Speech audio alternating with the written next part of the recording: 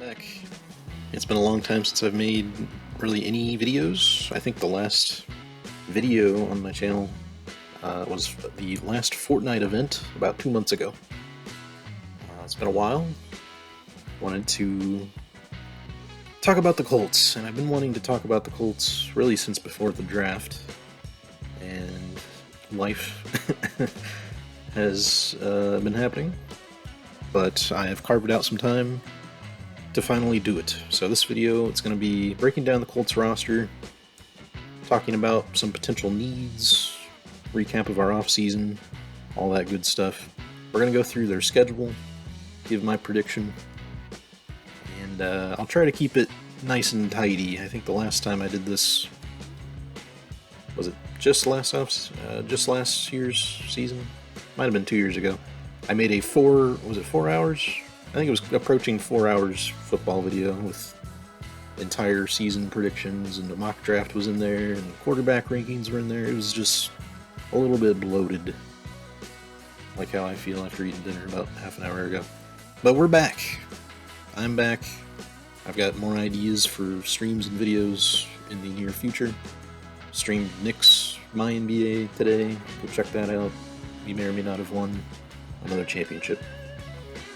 And the end on that series is going to be soon because 2K17, 2K17, yeah, 2K27 is around the corner. But first, let's get into these Colts. Let's talk about some things. Top storylines, number 1, Daniel Jones. He did resign. He played well enough before getting hurt, of course. Shout out Phillip Rivers. Admirable job. Coming back from off the couch, from being a high school coach, filled in. An interesting contract, only 2 years, is low, and 44 mil per year is seemingly high, I would say. So it is a big commitment, but it's also not a long-term commitment. So, something to keep in mind for the future. If this upcoming season does not go great, we're not tied to Danny Dimes long term. So I hope we have a good season, obviously, as a fan. And we'll get into the roster, as I said, but I believe in Daniel. He was playing well. He did have a couple of games where the turnover problems reared their head. Especially, I remember the Steelers game. I think he had 5 turnovers in that game that we managed to win.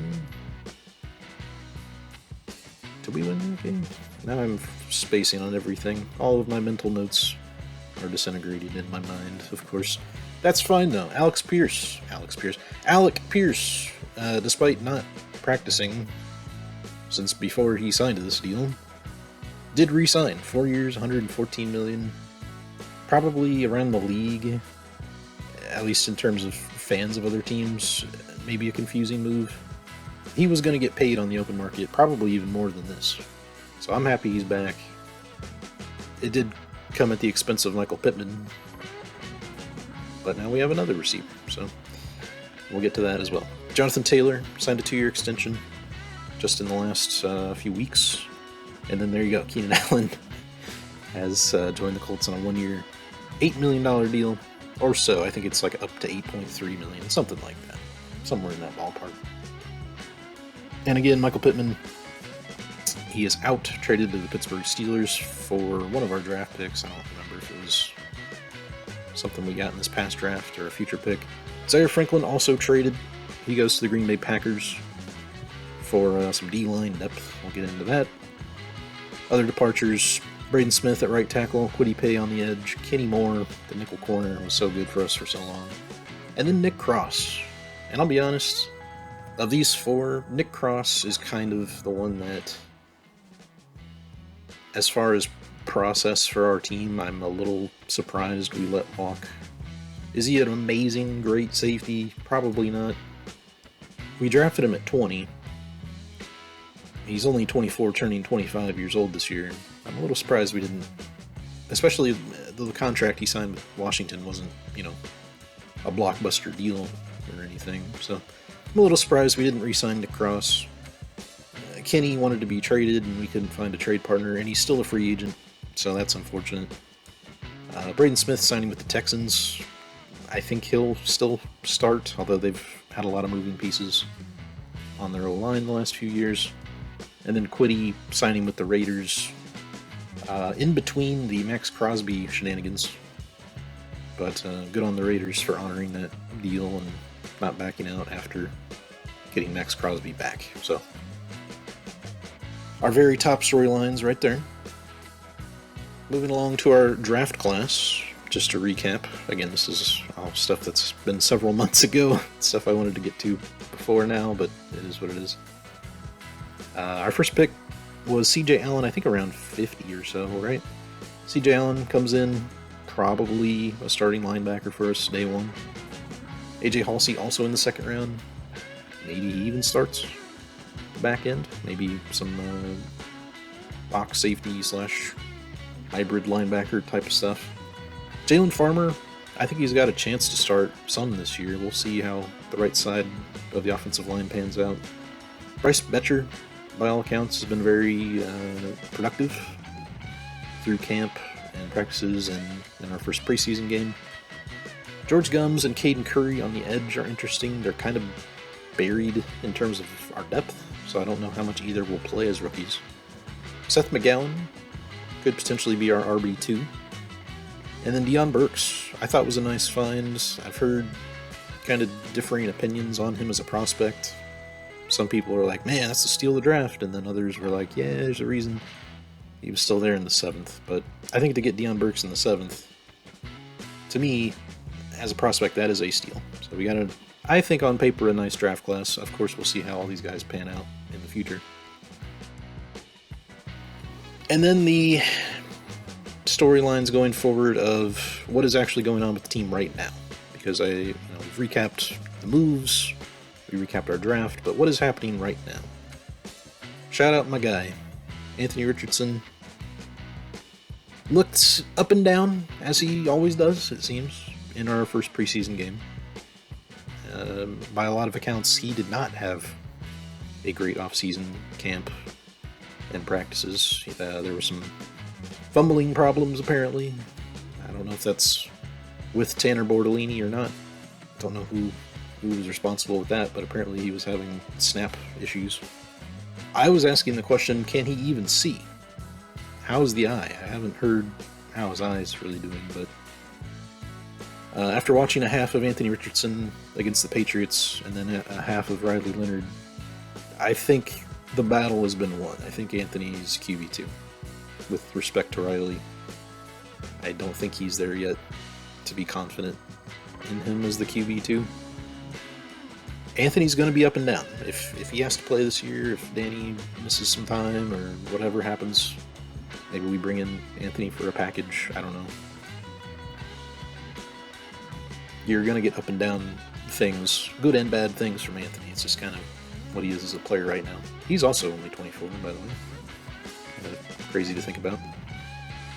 The other, in my opinion, battles or competitions. One at kicker, Blake Grupe versus Spencer Schrader is an interesting one. But in my opinion, the right guard and right tackle battle. Matt Goncalves in line to play right guard, of course. I don't know how I feel about Jalen Travis, to be quite honest with you. If he can hold up a right tackle, I think that's the best case scenario. But I think there's also a scenario that plays out where Jalen Farmer, as a rookie, comes in and plays some right guard, and that kicks out Goncalves to right tackle. Not saying that'll be week 1, but I do think there's going to be snaps this season where that happens. And I'm kind of excited to see Farmer.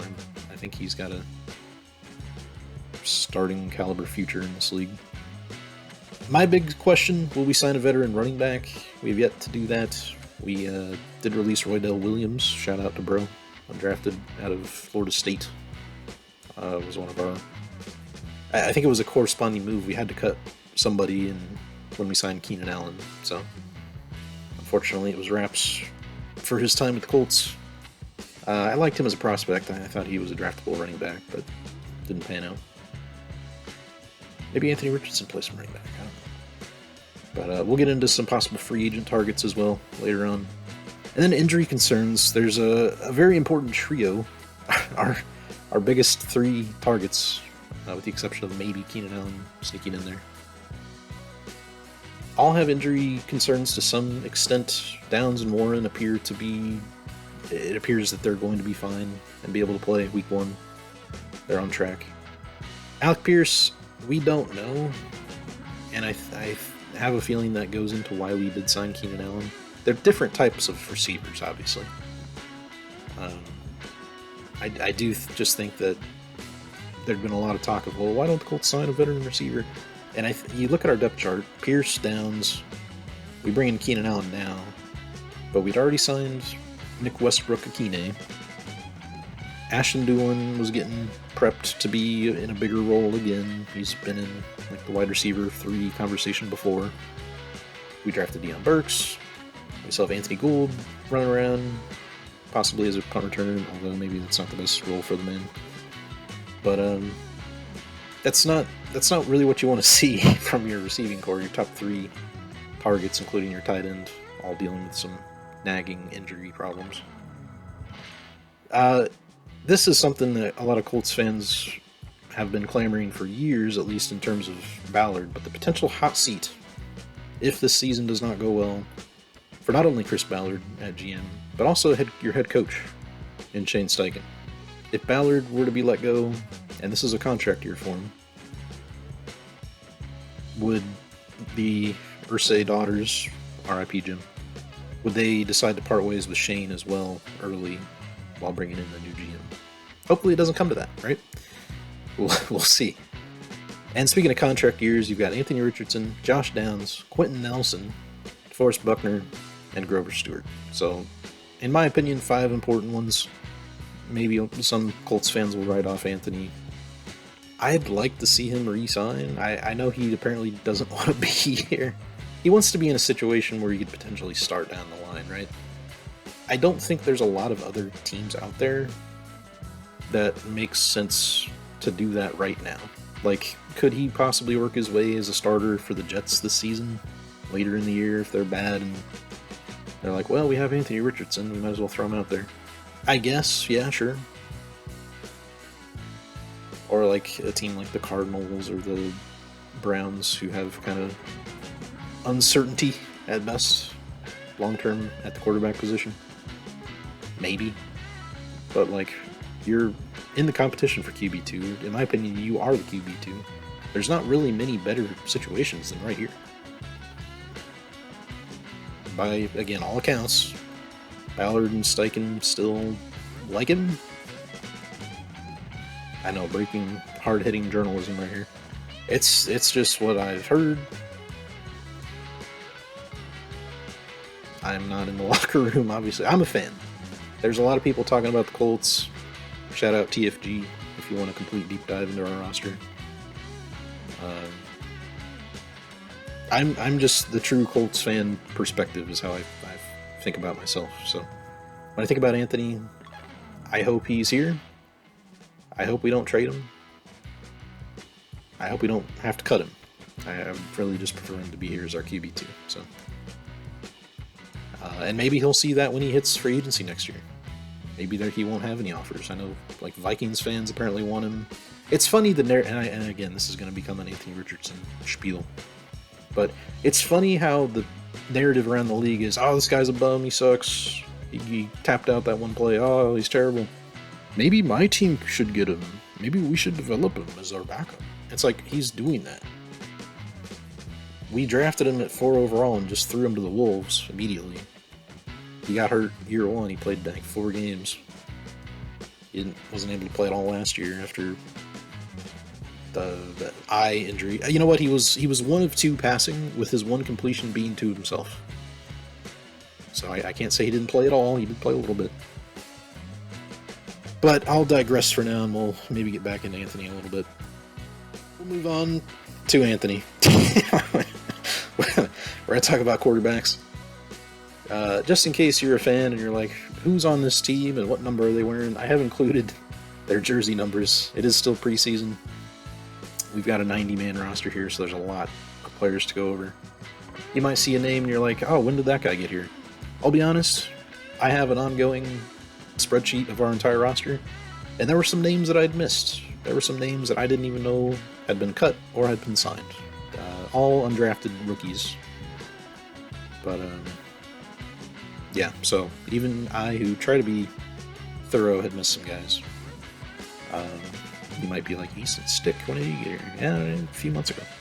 But anyway, Daniel Jones, and I also arbitrarily have included my quote-unquote Madden-esque style of rating. It's just how I kind of think to talk about players. You know, is it going to be a perfect rating? I'm sure not. But in my opinion, Daniel's, I would say, slightly below average as a starting quarterback right now. The thing is, if he plays his best with the team around him, we saw what can happen when that happens. We were 8-2 when he goes down against the Jaguars. He did, again, I mentioned he did have some turnover problems again. He struggled in the past, obviously with interceptions, but fumbles has been a big killer in his career. So you hope he cuts down on the turnovers. But he was doing that primarily for 10 games. If we get 10 solid games out of Daniel Jones, I think we'll be in pretty good shape this year. Anthony is the backup, in my opinion. Riley hanging around. And then Easton Stick. I liked him. You know, he's a former Chargers backup. He was North Dakota State guy following Carson Wentz. Not directly, I don't think, but he's been kind of roaming around. One of those guys. I think he'll probably be competing for a practice squad spot, I suppose. But, yeah, I'm excited for Daniel. I hope he's able to play up to his, whatever his peak still looks like at this point in his career. I hope he's able to play at that mark. To the running backs, obviously JT is awesome. Jonathan Taylor, one of the best running backs in the league, has been for, 7 years or so. The one thing, as I mentioned, a veteran backup.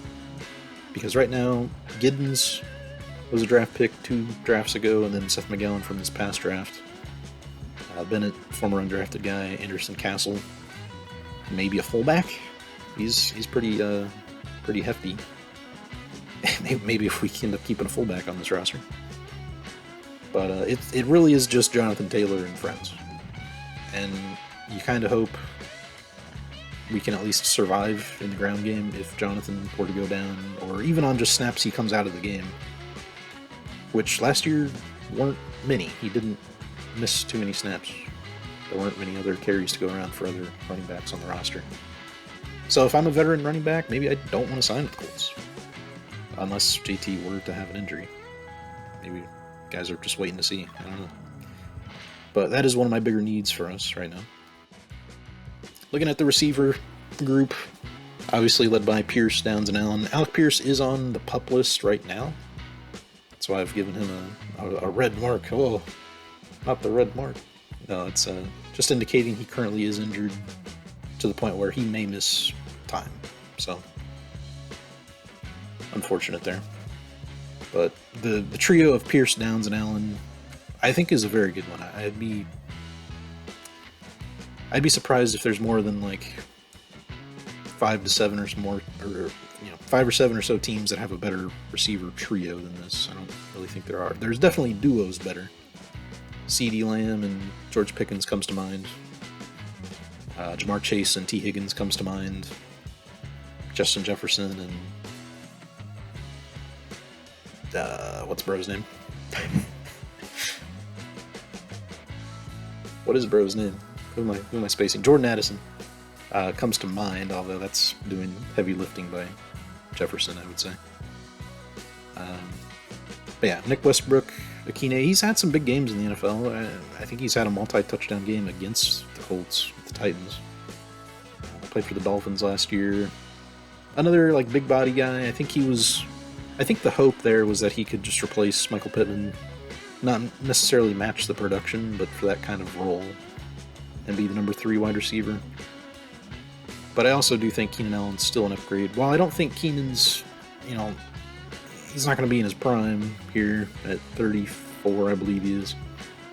But the familiarity with Shane Steichen, having him as a coach in the past, helps. And I do wonder if maybe Phillip put in a call to Keenan. It's like, hey, if you're going to want to keep playing, I know a team.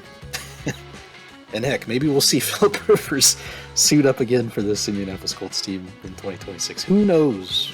Who knows what could happen? Maybe we'll trade for Carson Wentz back at some point. I don't know. Maybe Sam Ehlinger will delight a small portion of the fan base in return. Who knows? Trying to be a little funny, but there were fans, much like Riley Leonard fans. There were Sam Ehlinger fans who wanted him to be the starter, and we saw a partial game after Matt Ryan got benched, and that wasn't going to happen long term. So, Laquan Treadwell also hanging around. I like to see. I don't know. I don't know if he'll make the roster this year, but special teams are important, and any additional value you can provide. You know, he's been able to stick around this long, so I imagine we'll see him in some games at least in 2026 for the Colts. And we have even more wideouts because we got a bunch. DJ Montgomery is back. He's currently wearing 2. I do have some question marks by numbers just because it's what the team lists as they're wearing, but they double up on some of the numbers. Like Josh Downs obviously is 2. And Rigoberto Sanchez is number 8 down there. Raylan Sharp also wearing 8. So Anthony Gold, I think I said Gould, but I think it's Gold. Anthony Gold, Deion Burks. Coleman Owens, interesting. I kind of liked him in last preseason. He's kind of a good return man, I feel like. And then, you know, the receiving stuff is questionable. He had that ball go through his hands last week. Anthony threw, and people on Twitter were killing Anthony over it. It's like, maybe it was a touch high, but it went right through the man's hands. I don't really put that on Anthony. Now, the fumble was on Anthony, the one where he took off with the stiff arm and then went downfield and fumbled. I mean, yeah, that was, again, good and bad for Anthony. I promise this is not, this entire video was not designed to be a pro Anthony Richardson clickbait video, but it's kind of what it's becoming. Because I still, you know, there's something there. There's something there with Anthony. Not to mention these last couple guys, or not to skip these last few guys, I should say. Eli Pankel, Samir Haggins, and Raylan Sharp. Haggins is interesting in one way to me, not for anything real purposes, but while playing college football 25 in my random Duke dynasty, bro was pretty good. That's really all I have to say. But he's hanging around as a UDFA. Moving to the tight end group, I think you have to keep 4 guys. I think Warren, I mean, obviously you're keeping Warren. Warren's awesome. Big Mo, Drew Ogletree, both good blockers. And then Will Mallory just continues to impress me every time he plays, whether it's been his limited regular season opportunities or in the preseason. He just looks like he should be getting some targets here and there. And, you know, it's hard to get your tight end 4 consistent targets, right? It's hard to even have your tight end 4 be active. But I think he certainly should be making this roster. Pharaoh Brown has been here before, and he's bounced around. Carson Tout, former Notre Dame basketball player, unfortunately. One of 2 players for us currently on IR. Going to miss the season. And then Tyler Moore was just signed recently as well. So that's our tight end group. I feel confident we keep those top 4 guys.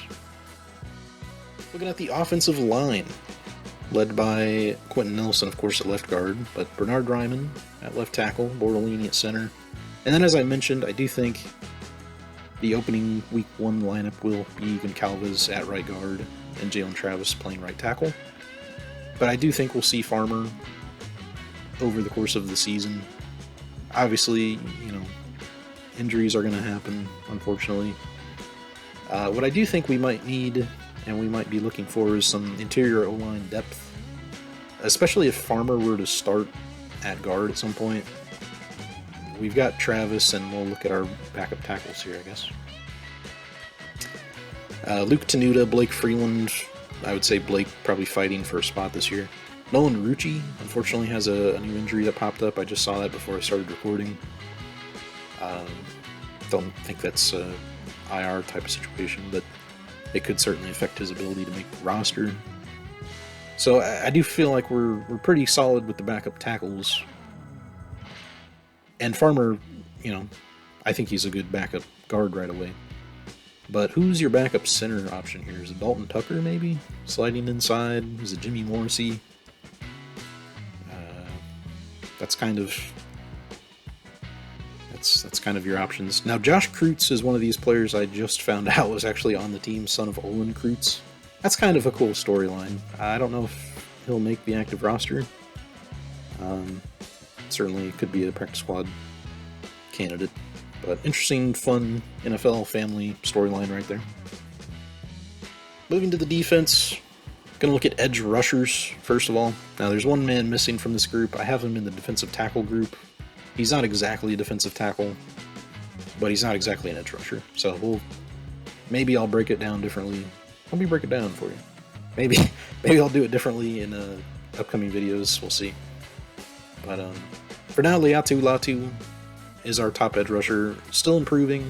I still want to see him, be more consistent, get pressure on the quarterback more consistently. Hopefully start to convert some of those into more sacks. I just feel like the Colts have not had a dominant pass rusher since the combination of Freeney and Mathis. We've had good pass rushers, good veteran guys. Justin Houston comes to mind. And that's it. No. Danico Autry, not exactly a pass rusher, more of an interior guy. But those are the type of guys we're talking about.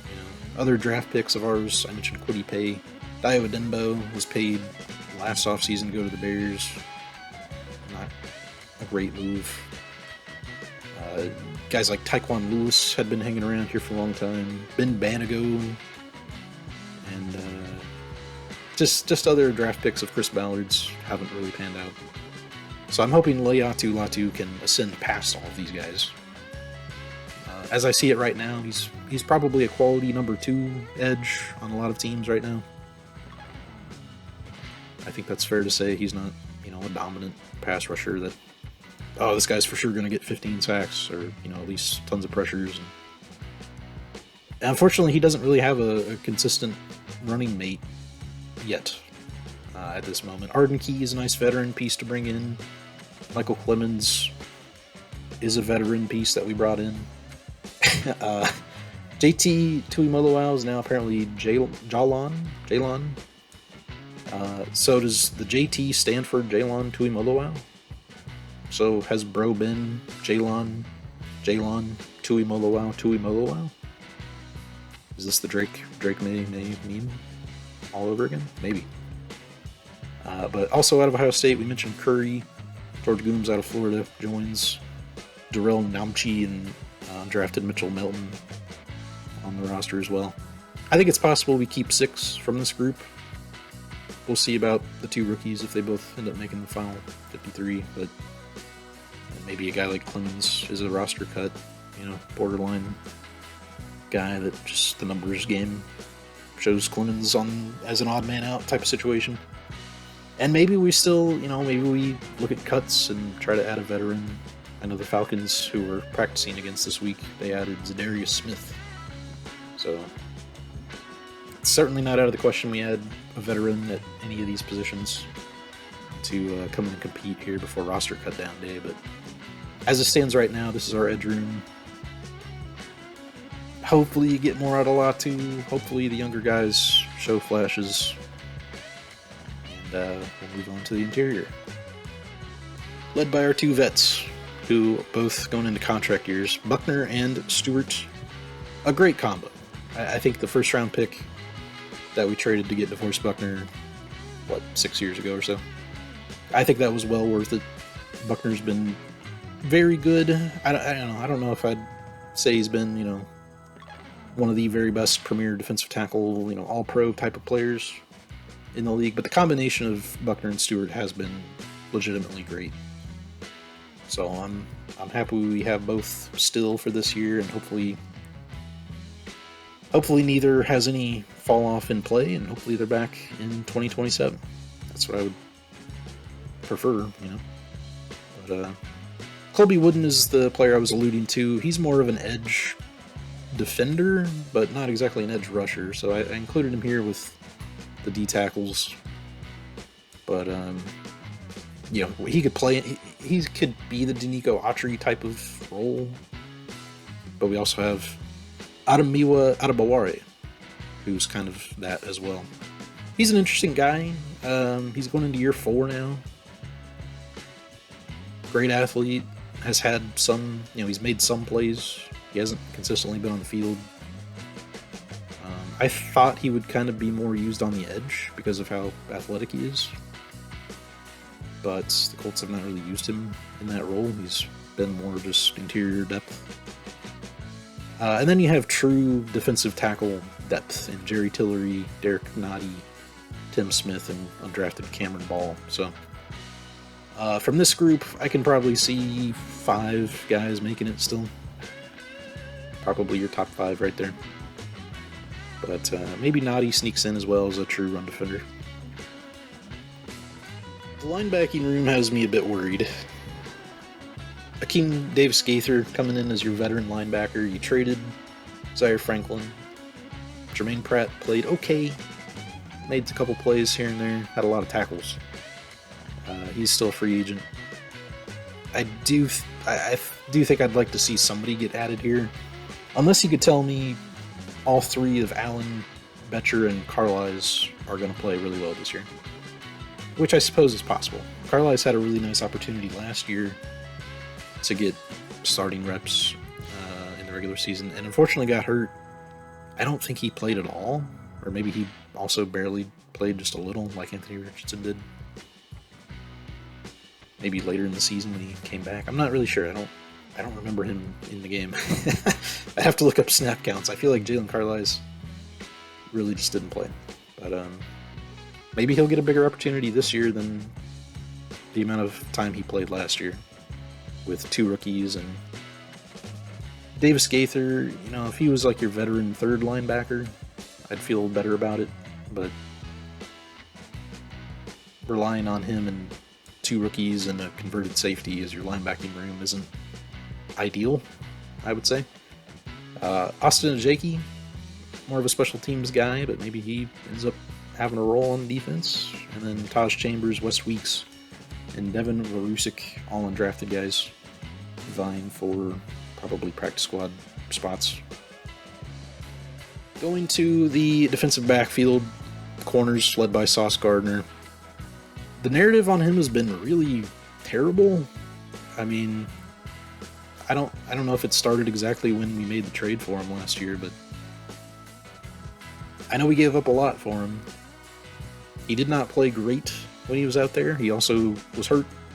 That doesn't help.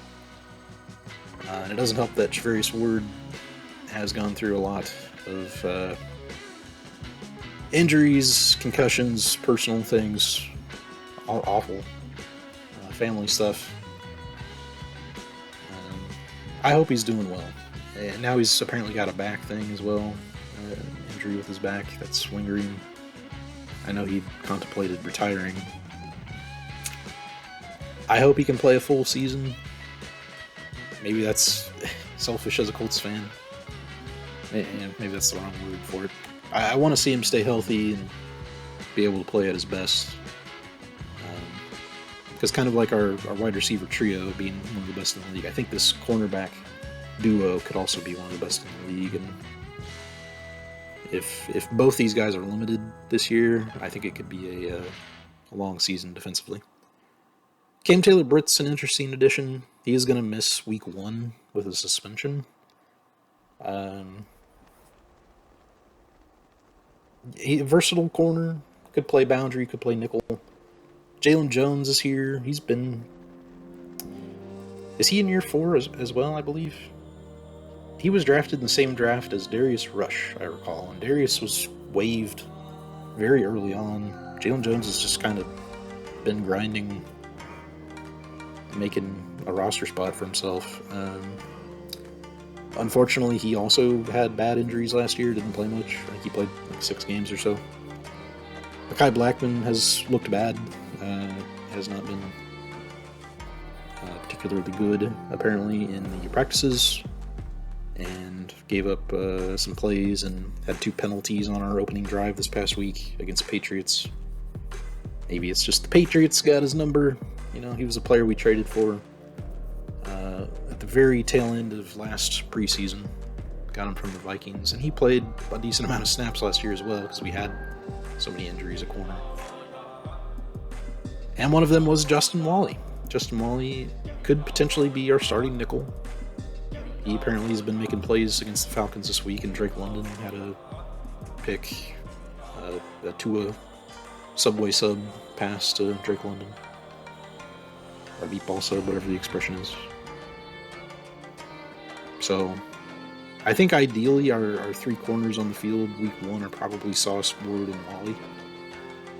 With guys like Jones and Taylor Britt, when he's not suspended, able to rotate in when needed. So that could mean Blackman's the odd man out. Safeties, really like Cam Bynum. I'm glad we have him still. I think the addition of him in last offseason made losing Nick Cross a little easier. I'm not sure we've done enough to replace him this year. You know, Halsey will play a lot. Jonathan Owens is an interesting player. He's bounced around. I gotta wonder how many times people that know him are like, hey, it's Simone Biles' husband. Don't do that to the guy. I hope no Colts. I mean, if you ask him about her or like how they're doing, cool. But like, it feels parasocial in a way to just be like, hey, it's so. Just to, you know, our Colts reporters really watching this video, probably not, but it feels weird to be like, oh yeah. So anyway, Wanye Thomas, special teams guy coming over from the Dallas Cowboys. If he makes the team, that's probably his role. Daniel Scott, who currently has working legs and knees. That's always good. He's had, 3 preseason, season-ending injuries so far in his career. More season-ending injuries in preseason than regular season games played. It's pretty sad. As a mid-round, late-round draft pick a few years ago. Hunter Wooler, another guy, he was looking pretty good in last preseason until he got hurt, was put on IR. So it's an interesting group that could possibly benefit from adding another veteran. I wonder if we'll do that. And then more defensive backs. Cameron Mitchell, our other player that's on IR right now. Jonathan Edwards, I believe, was the only undrafted free agent to make our team last season to open the year. Trey Washington, backup safety, that was hanging around last year, played a fair bit. Austin Brown, undrafted, kind of liked him. I had a draftable grade on him, an undrafted. And then some corners that I don't know much about. Giante McMillan, Mekhi Rogers, Rob Carter, and old Ben Nickel at safety, bringing out the end of our defensive backs. Again, guys fighting for practice squad spots on other teams, spots on other practice squads, maybe future UFL Pro Bowlers. Do they call them Pro Bowlers? I don't know. Specialists. I mentioned the kicking battle between Groupie and Schrader. I do have Groupie slightly rated higher than Schrader. I kind of give the edge to Spencer Schrader, though. I know he's coming off injury. He's been with the team longer. I think that matters with the operation of field goal kicking between especially your holder being Rigoberto. Maybe it doesn't matter as much as I think, but I ultimately think Schrader will end up winning that job. And then Rigoberto at punter has been fine. He's been very good throughout his career with the Colts. And Luke Rhodes at long snapper. I don't know if I want to call him a fan favorite necessarily, but anytime you hear his name, it's not because he had a bad snap. It's because he's in making a tackle. So, I like our group of specialists here. We'll move on to some possible free agents that I've thought about that we might consider going after. My top 3 needs are going to be a veteran backup running back that can catch out of the backfield, backup interior O-line depth, somebody that can play center but have guard flexibility as well, and then a cover linebacker. Those are kind of the 3 areas where I'm like, yeah, we probably should add a veteran here if possible. First of all, another Shane Steichen connection, Austin Eckler.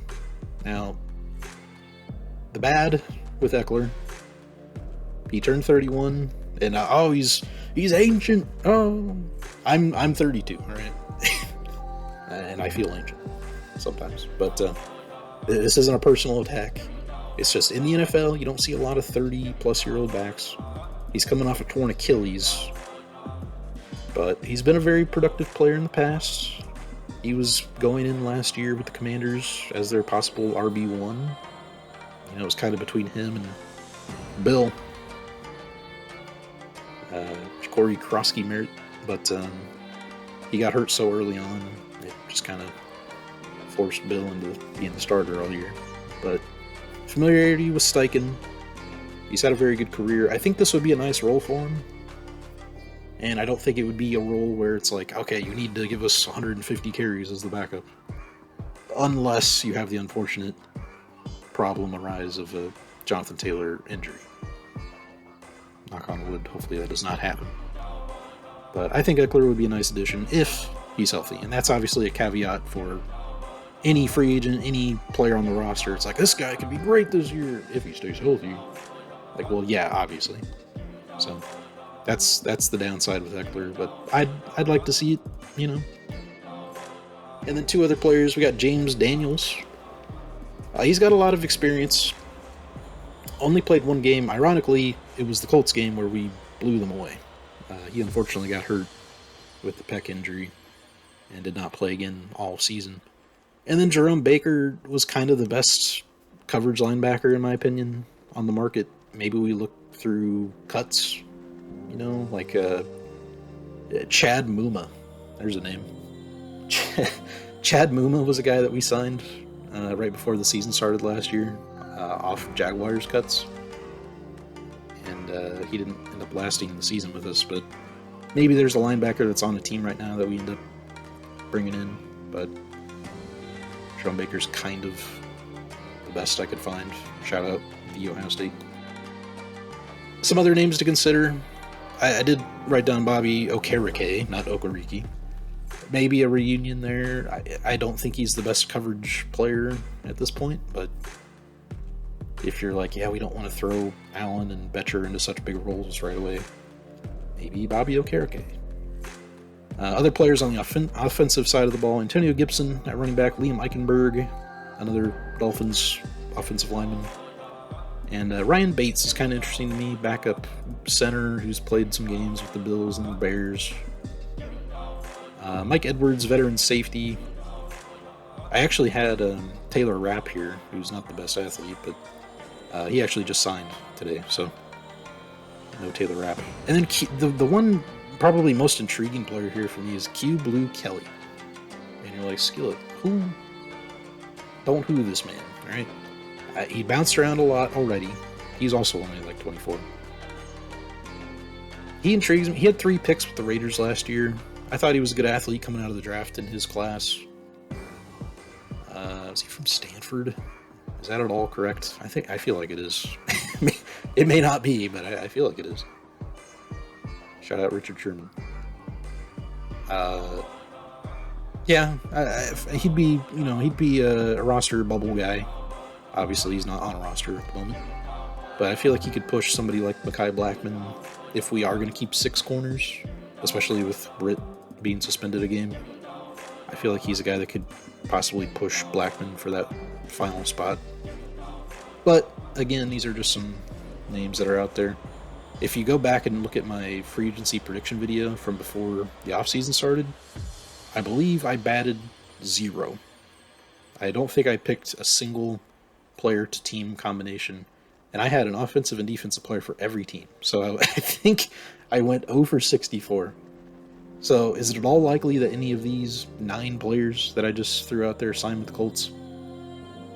It's possible. Like it says right there, it is possible that the Colts could consider these guys.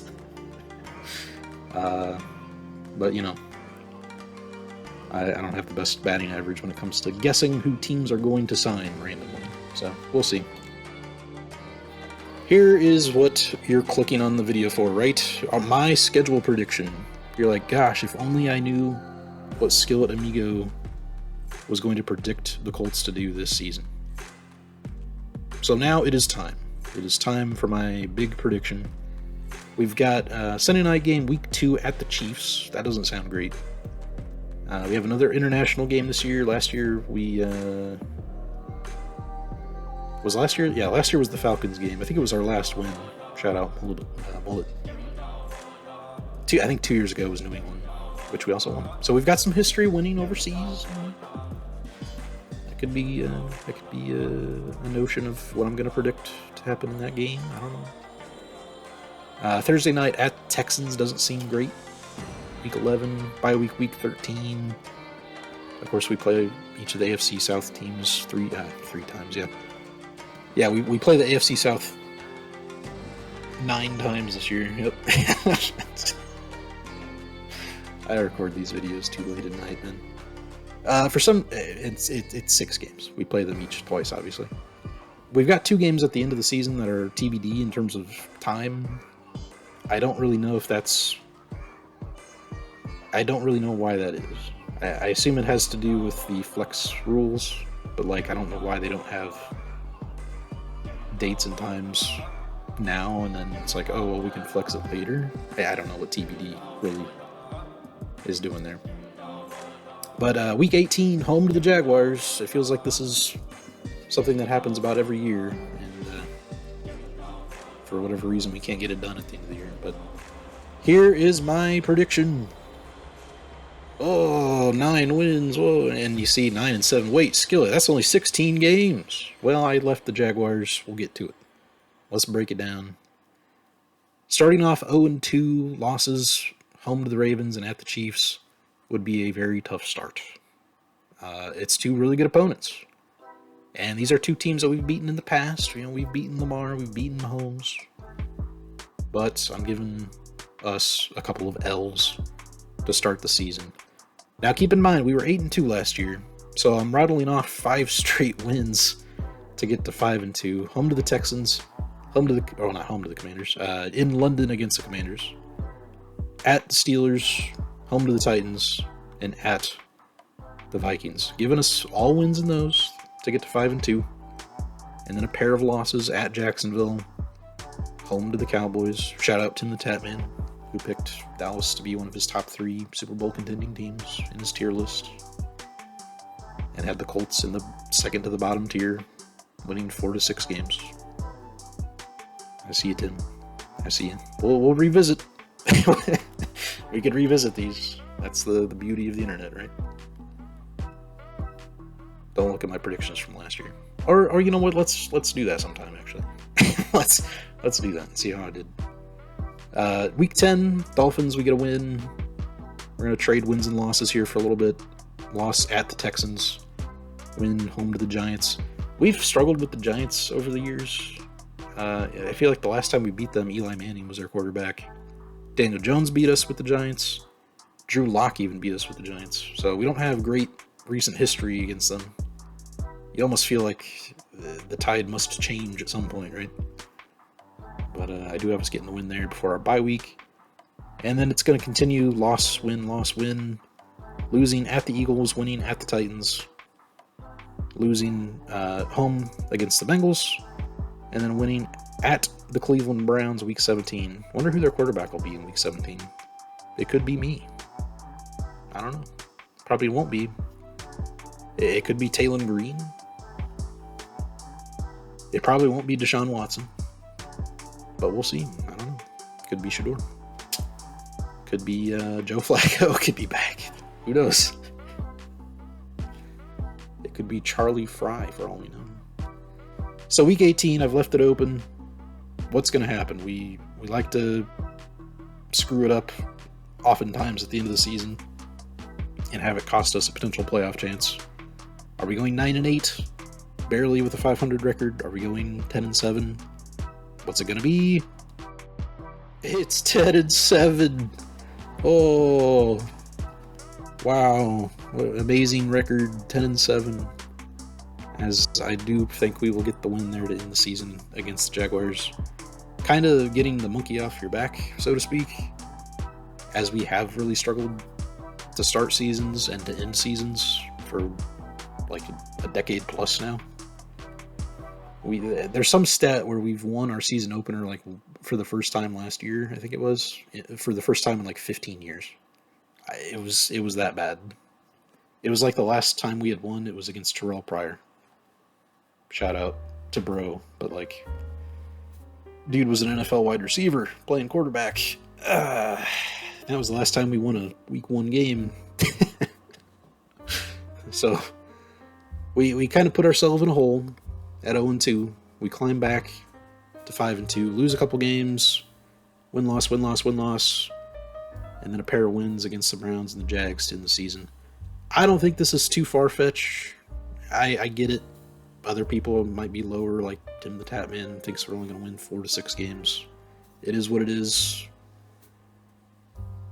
I think I checked TFG's predictions, including the Vegas odds, have us, I think it's 7.5 wins. I feel that's too low as well. You know, maybe we lose a game or 2 in that 5-game stretch. I do feel like 8-9 is a pretty realistic possibility here. But I really don't see us winning less than 8 games. I think it's somewhere between that 8 and 11 spot. Unless we're just terrible for whatever reason. Or if Daniel gets hurt and Anthony / Riley Leonard / Phillip Rivers coming back can't help us. What would we do, honestly, if Daniel Jones gets hurt and Anthony Richardson plays and doesn't look consistently good enough? I suppose we give Riley Leonard a shot, and when he's not very good either, what do we do?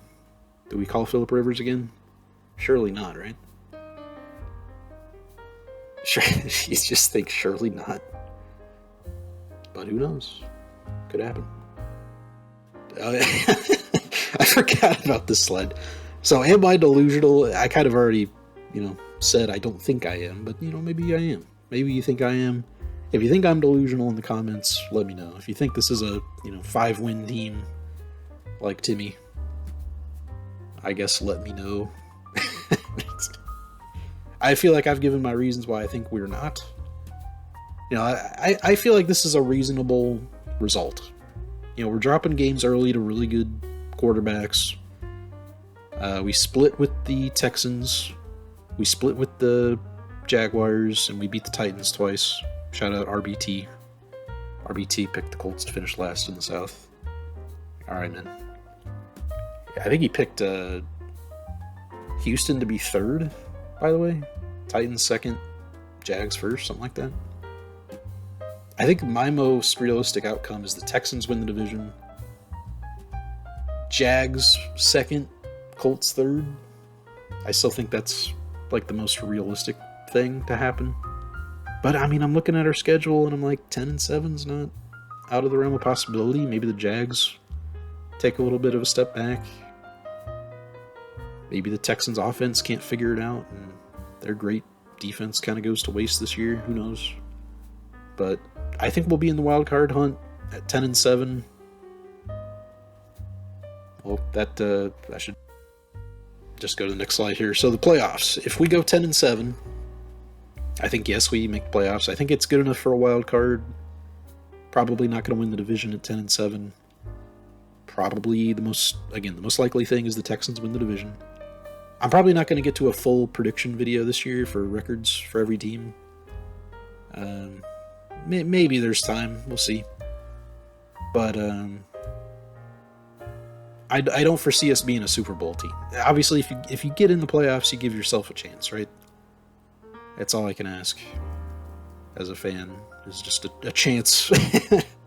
If we go 6-11 or whatever, and we have no first round pick, it's like, okay, well, I'll see y'all in 2027, I guess.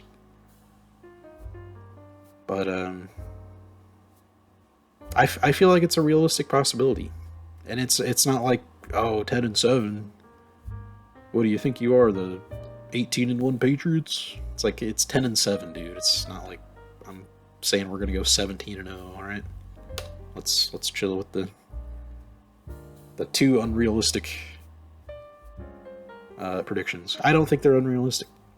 Again, maybe we drop a game like at the Steelers. Maybe Aaron Rodgers plays really well and we just lose. Or any of these games that I have us winning, maybe Daniel Jones turns the ball over. You know, it's hard to predict injuries. I keep talking about Anthony. You know, if he has to play and he doesn't play great, maybe we lose a game here and there. Maybe at the Browns, maybe Jared Verse and Carson Schwessinger and Denzel Ward just obliterate us. Maybe Shedeur Sanders throws for 500 yards and 5 touchdowns. Who knows? Who knows what could happen, right?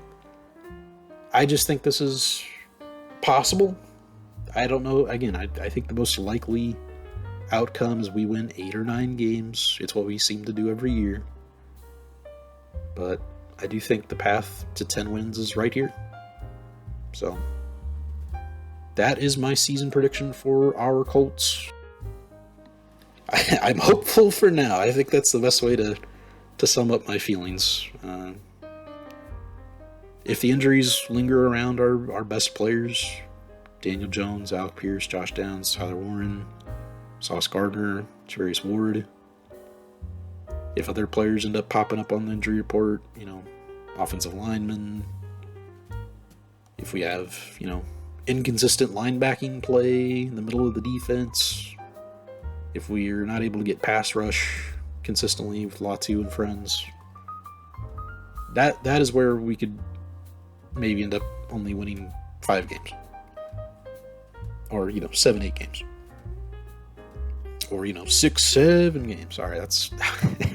Let's just wrap up the video, shall we? Let's just wrap it up after the 6-7 joke. So, what to see from me upcoming, hopefully soon. I did mention I might do a prediction video if I have the ability to have time to do that. We'll see. Season obviously is quickly approaching. But things that I definitely do want to do here upcoming, getting a mock draft. Like the very first thing I started doing on this channel, sports related, was mock drafts. I don't have nearly as big of a database built right now for myself for my own thoughts on the potential upcoming draft class. And the same goes for NBA. I've got NBA mock draft as well on there. So I don't feel capable of doing a solid mock draft video right now. But again, that's something I want to get to soon. If I don't do it, a preseason mock draft video, I probably won't do one until, like, I don't know, when exactly is the NFL trade deadline around? Probably around then. Because then you'll see if, you know, any first round picks get traded, and you'll have a better idea of the real draft order, not just the Vegas odds draft order, or my own draft order based on my predictions. So it'll be a little more realistic, and I should know a lot more players by then. And I could just tell you right now, like, yeah, Arch Manning would probably be number 1. Jeremiah Smith would probably be top 5. Dylan Stewart would probably be top 5. Trevor Gooseby and Jordan Seaton would be up there. Leonard Moore would be up there. Dante Moore would be up there. There's a handful of running backs that could be first-round picks, I feel like, this year. Jaden Baugh. Big fella. Ahmad Hardy, I hope, makes a... I feel like I read he made a full recovery, or has, you know, he's recovering well from being shot, which is crazy.